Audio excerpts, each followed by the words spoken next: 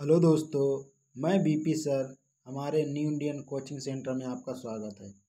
आज की स्लाइड में देखेंगे जीके जीएस से टॉप संबंधित 80 महत्वपूर्ण प्रश्न देखेंगे, जो कि जीके जीएस से संबंधित 80 महत्वपूर्ण प्रश्न होंगे।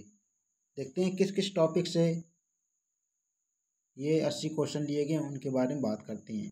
तो भारतीय संविधान से 10 प्रश्न, भारत का भूगोल से 10 प्रश्न, विश्व भूगोल से 10 प्रश्न, भौतिक विज्ञान से 10 प्रश्न, रसायन विज्ञान से 10 प्रश्न, जीव विज्ञान से 10 प्रश्न लिए गए हैं, प्राचीन इतिहास से 10 प्रश्न और भारतीय अर्थव्यवस्था से 10 प्रश्न लिए गए हैं। तो ये टोटल 80 क्वेश्चन है, जो कि किसी भी एग्जाम के लिए वेरी वेरी इंपॉर्टेंट साबित होंगे। जैसा कि आरआरबी ग्रुप डी एग्ज़ाम होने वाला है, उसके लिए आज की स्लाइड से 1 या 2 क्वेश्चन पूछे जा सकते हैं। तो देखते हैं कौन कौन से क्वेश्चन इंपॉर्टेंट हैं, उनके बारे में बात करते हैं।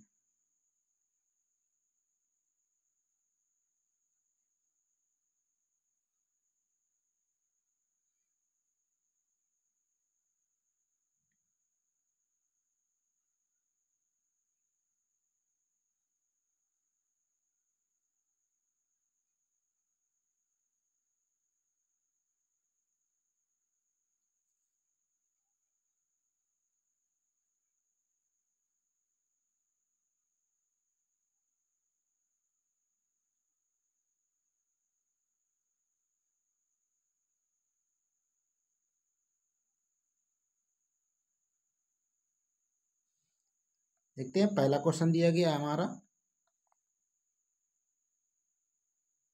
भारतीय संविधान सभा गठन किसके अंतर्गत किया गया था। तो किसके अंतर्गत किया गया था? कैबिनेट मिशन 1946 के अंतर्गत भारतीय संविधान का गठन किया गया था। क्वेश्चन नंबर 2 के बारे में बात करते हैं। भारत के राष्ट्रपति को अध्यादेश, इसे इंग्लिश में क्या कहते हैं? ऑर्डिनेंस, निर्गत करने की शक्ति किस अधिनियम से प्रेरित है? तो किससे? भारत शासन अधिनियम 1935 से यह प्रेरित है। देखते हैं क्वेश्चन नंबर 3, किस अधिनियम की समीक्षा करने के लिए 1937 में साइमन कमीशन का गठन किया गया था? तो ये भारत शासन अधिनियम 1919 था। देखते हैं क्वेश्चन नंबर 4 के बारे में बात करते हैं। क्वेश्चन नंबर 4 है, भारत के संविधान सभा की पहली बैठक कब हुई थी? तो ये 9 दिसंबर 1946 में इसकी पहली बैठक हुई थी।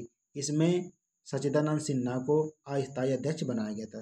देखते हैं क्वेश्चन नंबर 5, भारतीय संविधान सभा का प्रथम प्रारूप किसने तैयार किया था? तो सर BN राव ने तैयार किया था।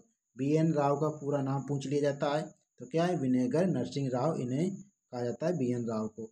देखते हैं क्वेश्चन नंबर 5, संविधान सभा का स्थायी अध्यक्ष, जिसे क्या कहते हैं इंग्लिश में? परमानेंट चेयरमैन, किसे चुना गया था?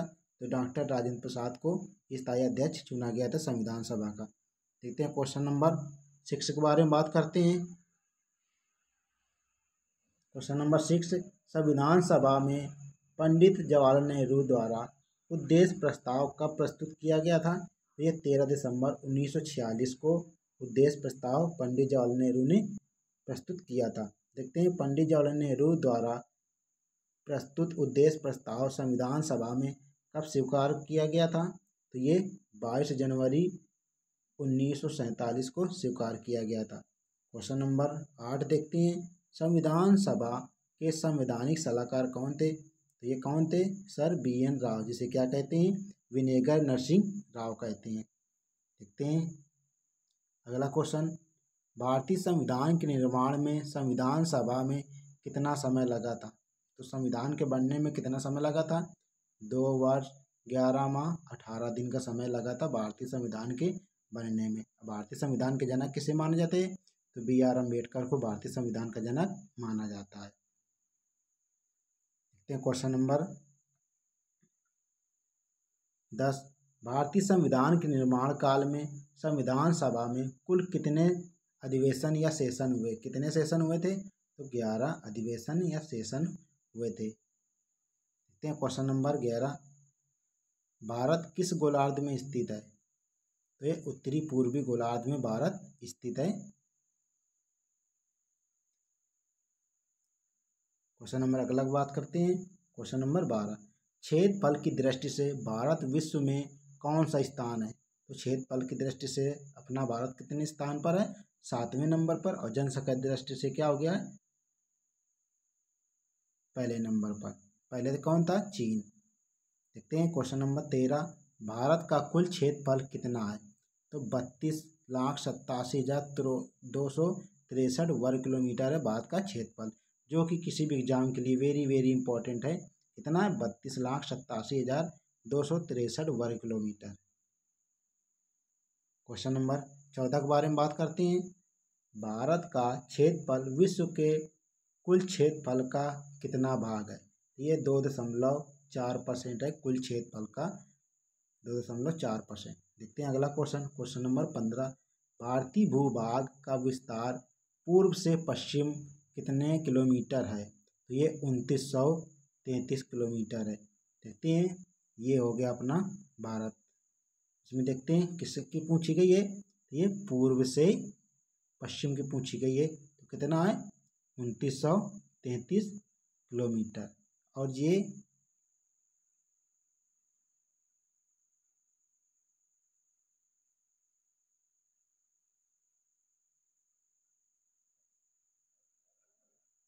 ये है उत्तर से दक्षिण। ये कितना है?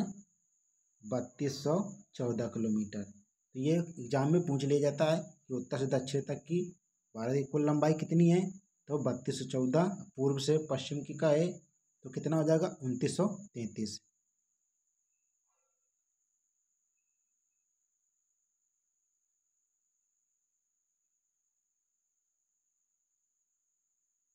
देखते हैं अगला क्वेश्चन दिया गया हमारा, कर्क रेखा जिसे क्या कहते हैं? ट्रॉपिक ऑफ कैंसर भारत के कितने राज्यों से होकर गुजरती है? तो ये 8 राज्यों से होकर गुजरती है। इसकी याद करने की ट्रिक है, मित्र पर गमछा जार। कौन सा हो जाएगा? मित्र पर गमछा जार। तो इससे हमारे 8 राज्यों के बारे में पता चल जाएगा जिससे कर्क रेखा होकर गुजरती है। देखते हैं अगला क्वेश्चन दिया गया है, देशांतर रेखा लैटिट्यूड एक्सपेंशन क्या निर्धारित करती है? यह समय और स्थिति को निर्धारित करती है। देखते हैं अगला क्वेश्चन, भारतीय भूभाग उत्तर से दक्षिण तक की कुल लंबाई कितनी है? ये 3214 किलोमीटर है। इसे उत्तर से दक्षिण तक की कुल लंबाई, ये उत्तर से और ये दक्षिण, इसकी लंबाई कितनी है? 3214।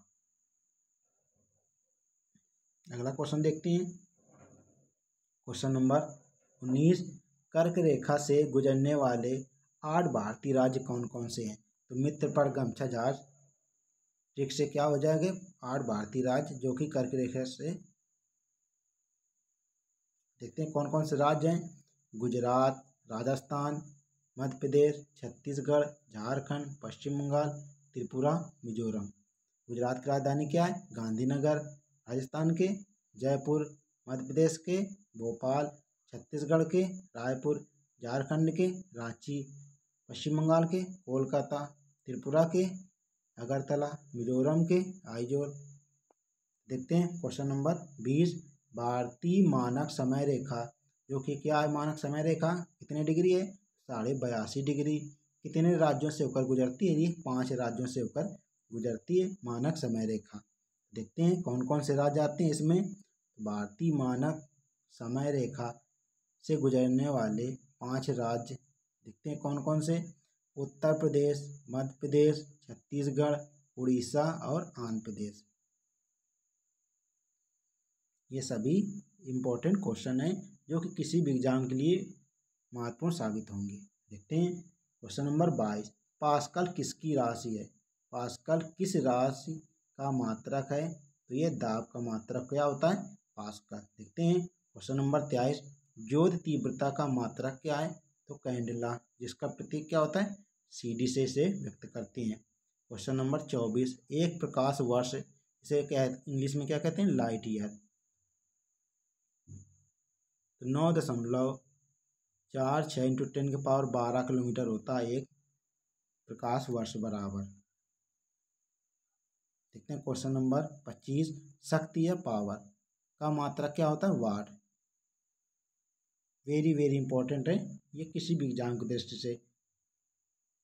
देखते हैं क्वेश्चन नंबर 26, एक पिकोग्राम कितने ग्राम के बराबर होता है? तो ये 10⁻⁻12 ग्राम के बराबर होता है। देखते हैं क्वेश्चन नंबर 27, क्यूसेक में क्या मापा जाता है? क्यूसेक से क्या मापा जाता है? तो जल का बहाव क्यूसेक से मापा जाता है। देखते हैं डाप्सन से क्या मापते हैं? तो ओजोन परत की मोटाई को डाप्सन से मापा जाता है। ओजोन दिवस कब मनाया जाता है? ये 16 सितंबर को ओजोन दिवस मनाया जाता है।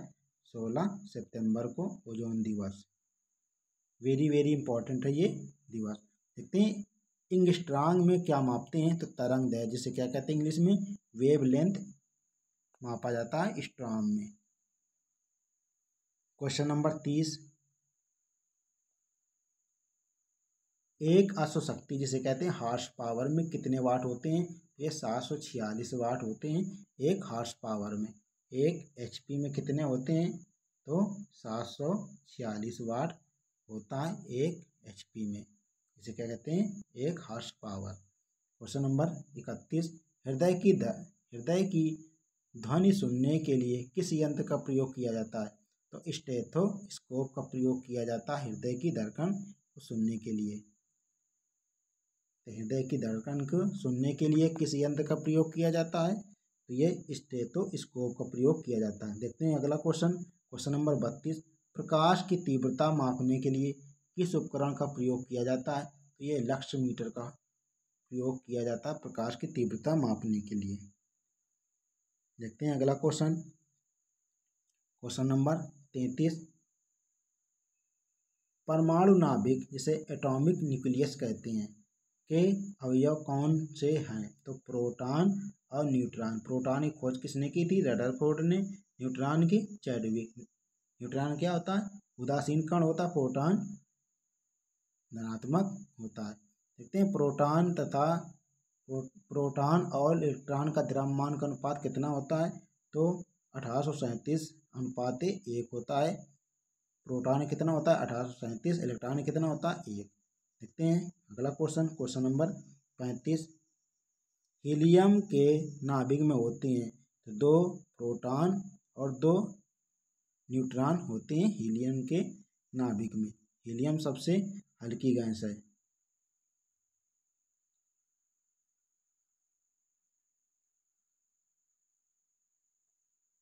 देखते हैं क्वेश्चन नंबर 36, मेंडलीव की आवर्त नियम के अनुसार तत्वों के भौतिक एवं रासायनिक गुण उनके परमाणु भारों के होते हैं क्या? आवर्ती फलन होते हैं उनके परमाणु भारों के आवर्ती फलन। देखते हैं सल्फर डाइऑक्साइड SO2 में किस प्रकार के बंध होते हैं? तो यह सहसंयोजक बंध होते हैं SO2 में। देखते हैं क्वेश्चन नंबर 38, बोर का परमाणु मॉडल किस नियम के विपरीत है? तो किसके? हाइजेनबर्ग का सिद्धांत के विपरीत है बोर का परमाणु मॉडल। देखते हैं क्वेश्चन नंबर 39, सोडियम क्लोराइड इसे कहते हैं NaCl, इसे नमक भी कहा जाता है। NaCl में कौन सा बंध होता है? विद्युत संयोजी, जिसे कहते हैं इलेक्ट्रिकल कनेक्टिव बॉन्ड। देखते हैं लोहे में जंग किस कारण लगता है? तो ऑक्सीजन के कारण लोहे में जंग लगती है। वेरी वेरी इंपॉर्टेंट है RRB ग्रुप डी एग्जाम के लिए। देखते हैं अगला क्वेश्चन दिया गया है, किस बंध की बंधन ऊर्जा बॉन्ड एनर्जी अधिकतम होती है? तो किस बंध की बंधन ऊर्जा जिसे क्या कहते हैं? बॉन्ड एनर्जी अधिकतम होती है? तो आयनिक बंध लोनिक बॉन्ड की एनर्जी अधिक होती है। देखते हैं अगला क्वेश्चन, क्वेश्चन नंबर 42 के बारे में बात करते हैं। उत्कृष्ट गैसों की संयोजकता कितनी होती है? तो ये 0 होती है। उत्कृष्ट गैसों की संयोजकता कितनी होती है? 0। किस मॉडल को आधुनिक भौतिकी की आधारशिला माना जाता है? तो नील्स बोर का परमाणु मॉडल को क्या कहते हैं? आधुनिक भौतिकी का आधारशिला माना जाता है। देखते हैं क्वेश्चन नंबर 44 के बारे में, सांपों का अध्ययन किस वैज्ञानिक शाखा के अंतर्गत किया जाता है? तो सर्पेटोलॉजी के अंतर्गत ये सांपों का अध्ययन किया जाता है। सबसे जहरीले सांप कौन सा होता है? King cobra. कराइकल, ये सभी जहरीले सांप होते हैं। देखते हैं क्वेश्चन नंबर 45, कोशिका विज्ञान जिसे कहते हैं इंग्लिश में साइटोलॉजी का जनक किसे माना जाता है? तो रॉबर्ट हुक को माना जाता है कोशिका विज्ञान का जनक। और केंद्रा की खोज किसने की थी? तो रॉबर्ट ब्राउन ने की थी।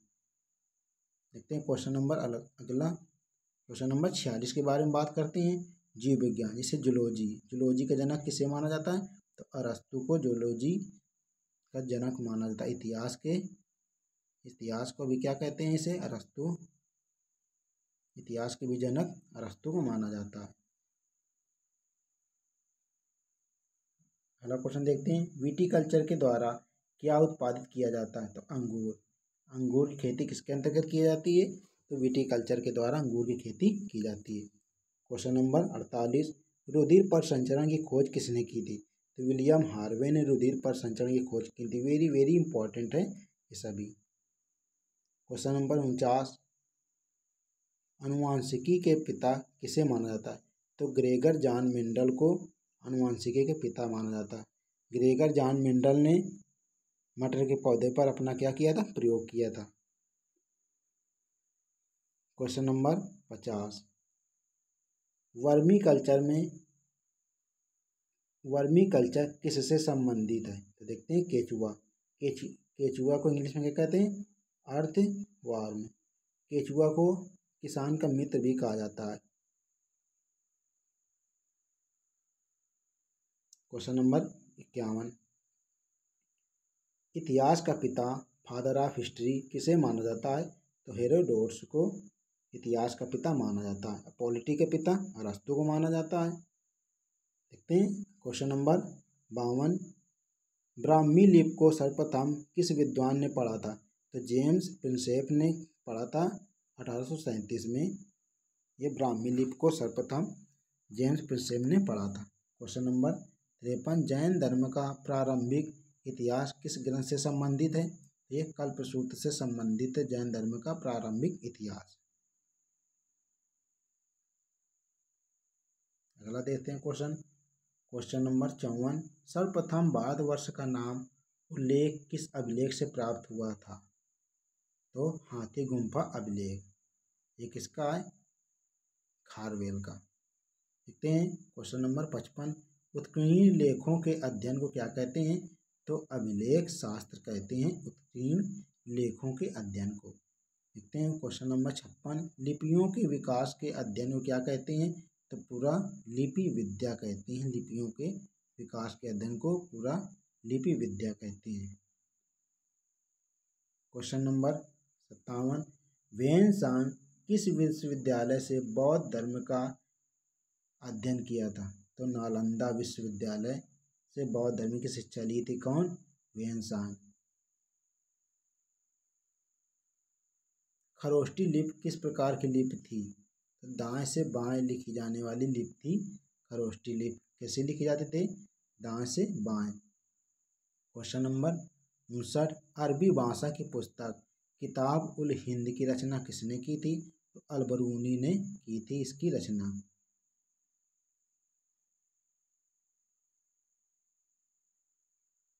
क्वेश्चन नंबर 60, स्त्री को पुरुष की अर्धांगिनी किस ग्रंथ में कहा गया है? तो शतपथ ब्राह्मण ग्रंथ में कहा गया है स्त्री को पुरुष की अर्धांगिनी। क्वेश्चन नंबर 61 के बारे में बात करते हैं। वेरी वेरी इंपॉर्टेंट है क्वेश्चन नंबर 61, भारत में जजिया कर लगाने वाला प्रथम शासक कौन था? मोहम्मद बिन कासिम था जजिया कर लगाने वाला। अगला क्वेश्चन देखते हैं, 712 में भारत पर सर्वप्रथम सफल मुस्लिम आक्रमण करने वाला कौन था? तो मोहम्मद बिन कासिम था भारत पर मुस्लिम आक्रमण करने वाला शासक। क्वेश्चन नंबर 63, मोहम्मद गजनवी के साथ भारत आने वाला प्रसिद्ध इतिहासकार कौन था? अल-बरूनी। अल-बरूनी पुस्तक क्या है? तो किताब उल हिंद, ये अल-बरूनी की पुस्तक है। क्वेश्चन देखते हैं, अल-बरूनी की पुस्तक का नाम क्या है? किताब ul Hind. Very very important है ये पुस्तक। देखते हैं क्वेश्चन नंबर 65, मोहम्मद गोरी ने कन्नौज के शासक जयचंद को किस युद्ध में पराजित किया था? तो चंदावर के युद्ध में पराजित किया था। कब हुआ था चंदावर का युद्ध? तो 1194 में। देखते हैं तराइन का प्रथम युद्ध कब हुआ था? तो 1191 में। तराइन का द्वितीय युद्ध कब हुआ था? 1192 में। तो देखते हैं क्वेश्चन नंबर 67 के बारे में बात करते हैं। सिक्कों पर देवी लक्ष्मी की आकृति किस मुस्लिम शासक के द्वारा बनवाई गई थी? तो मोहम्मद गोरी के द्वारा बनवाई गई थी सिक्कों पर।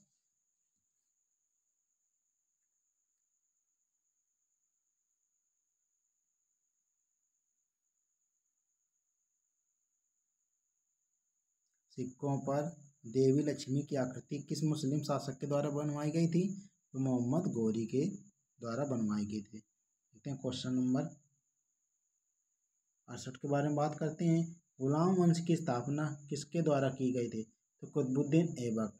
कुतुबुद्दीन ऐबक को लाख बख्श के नाम से भी जाना था। कुतुबुद्दीन ऐबक चौगान खेलते समय इसकी मृत्यु हुई थी। देखते हैं क्वेश्चन नंबर अगला 69। कुतुबुद्दीन ऐबक ने अपने साम्राज्य की राजधानी किसे घोषित किया था? तो लाहौर को अपनी राजधानी बनाई थी कुतुबुद्दीन ऐबक ने। कुतुबुद्दीन ऐबक को उदारता तथा अत्यधिक दान देने के लिए कौन सी उपाधि प्रदान की गई थी? जिसे लाख बख्श कहा जाता। लाखों को दान देने वाला कहा जाता था कुतुबुद्दीन ऐबक को। कुतुबुद्दीन ऐबक ने कुतुब मीनार की निर्माण कहाँ पे करवाई थी? दिल्ली में कुतुब मीनार निर्माण किया था। ये सभी टॉप 80 क्वेश्चन जो कि किसी भी एग्जाम के लिए महत्वपूर्ण साबित होंगे। ऐसी अथेंटिक वीडियो देखने के लिए new Indian coaching centre YouTube channel को सब्सक्राइब एंड लाइक करें। मिलते हैं नेक्स्ट वीडियो पे, तब तक के लिए जय हिंद जय भारत।